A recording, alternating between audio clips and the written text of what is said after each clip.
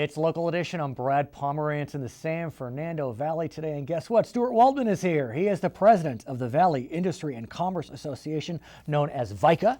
I want to speak with you, sir, about some recent elections here in the city of Los Angeles. Yeah. Recently, voters in the city were asked to pass what was known as Measure S, which would have essentially limited development. A big campaign in favor as well as against. It wound up getting crushed, if I can use that word. What do you make of the defeat of Measure S? Well, the interesting thing about Measure S is, and it wouldn't have limited, it would have banned development for 2 years? For at least 2 years, but probably would have gone longer. Right.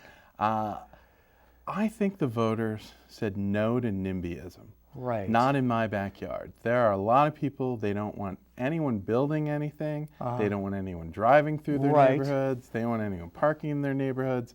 And the voters said no. But what's interesting is, I feel as if that there is a significant contingent of NIMBYs. Yeah. And I would have thought that contingent was greater than 30%. 29%. 29%. And there's, there's the concerns about mansionization. There's the concerns about ever-growing buildings. Transit-oriented development makes people nervous. I don't know. I just was very surprised by the margin of defeat. Well, I think what it's shown is that the people who are loudest are not also greatest. Right, they aren't the greatest in numbers. When you look at a lot of these folks, they yell very loud. Right. They show up, they protest, but it's just a few people. I would say, though, that I think if there is a silver lining with regard to Measure S, it's that it does at least bring up the issue. And I think some of the issues that were brought up by the Yes campaign were valid, which is planning can be contentious, it can be difficult, it can be inside baseball. So do we at least see that maybe we'll get some advantage from the Yes campaign? Well, I reject all the assertions you just made. Fair I don't enough. think it's inside baseball. I think that you have a small minority of people who are able to hold up smart growth because they don't want it. They're able to extract demands out of it. There was an argument that there was a pay-to-play system. Right. That just isn't true. Okay. Anytime someone wants to build, whether it's 4 units, 10 units, 100 units, anytime someone wants to do something, they have to go through the process. Right, but isn't the process laborious? The process is broken because you can have people hold it up. Okay, I understand your position. Councils I understand your position. who won't even hear a project, a good project. You have neighborhood councils that kill senior housing. Senior housing. So the lowest impact of all housing. So what's the answer? Because I do think with S, despite its defeat, that the conversation started. Sure. And so how can all sides somehow get together, the smart growth side, the no growth side, and come to a solution? Well, the no growth side has, their only solution is no growth.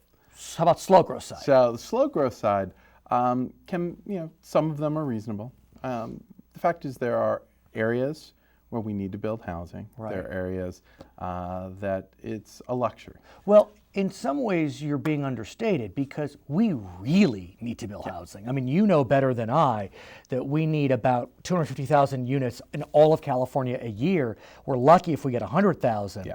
And on the coast, which is where we are in LA County, the coastal counties, the numbers are even worse. I mean, we had this dip in real estate prices and we're back up to the top of the market practically. Yeah.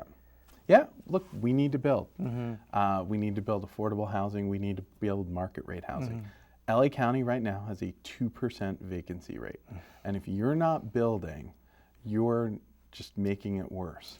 The best way to keep rents down is by building more market rate housing. What's interesting about the desire or the need to build is a lot of the places where building could occur right here in the valley. There's not a lot on the city side of the hill, not a lot of space. We could reconfigure, but there are empty lots in the northeast part of the San Fernando Valley. What do you make of that, sir? Well, I don't know why anyone would want to live anywhere but the valley. There you have it. I grew up in the valley. Right? What am I supposed to say? We have better parking. Right. We have Ventura Boulevard. We actually have lots. Right. We have better schools.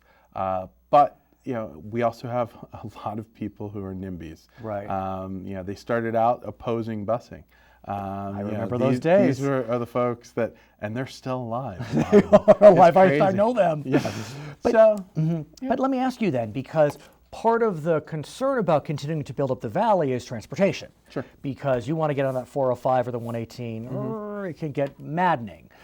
For those that are in favor of transportation solutions, I'm sure they're celebrating the passage of Measure M, which was in November. ESTA was defeated in March. Measure M is an extension of the sales tax, and boy, I mean, I now use the subway, the Metro line. It's phenomenal. Yeah. I mean, I don't mean to take a position, but is the Valley, at least beyond North Hollywood, going to start seeing some of the benefits of, like, those of us that see with the Expo line or the Blue line? Well, one of the great things about Measure M, VICA spent 3 years working with all of our elected officials, all of our stakeholders, to come up with a plan that gave the Valley its fair share on this ballot measure.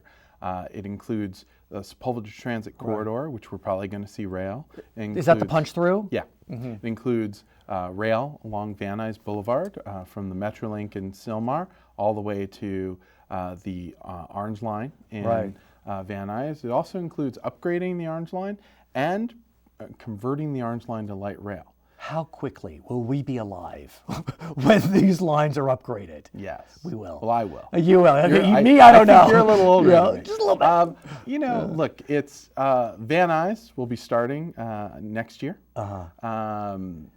Upgrading the Orange Line is starting right away, actually. I have to tell you, I mean, if I can digress, I live about just under a mile from one of the Expo spots or stops in West Los Angeles. It is transformative. I mean, it literally has transformed my family's life, the people around us. Sure. It is such a phenomenal tool. And I can only imagine, having grown up in the Valley, how it will transform the San Fernando Valley. Yeah, it's going to be great. And what's also great is Phil Washington, the CEO of Metro, has asked for P3 proposals, which means public-private partnerships. Oh, yeah, of course. There have been unsolicited bids.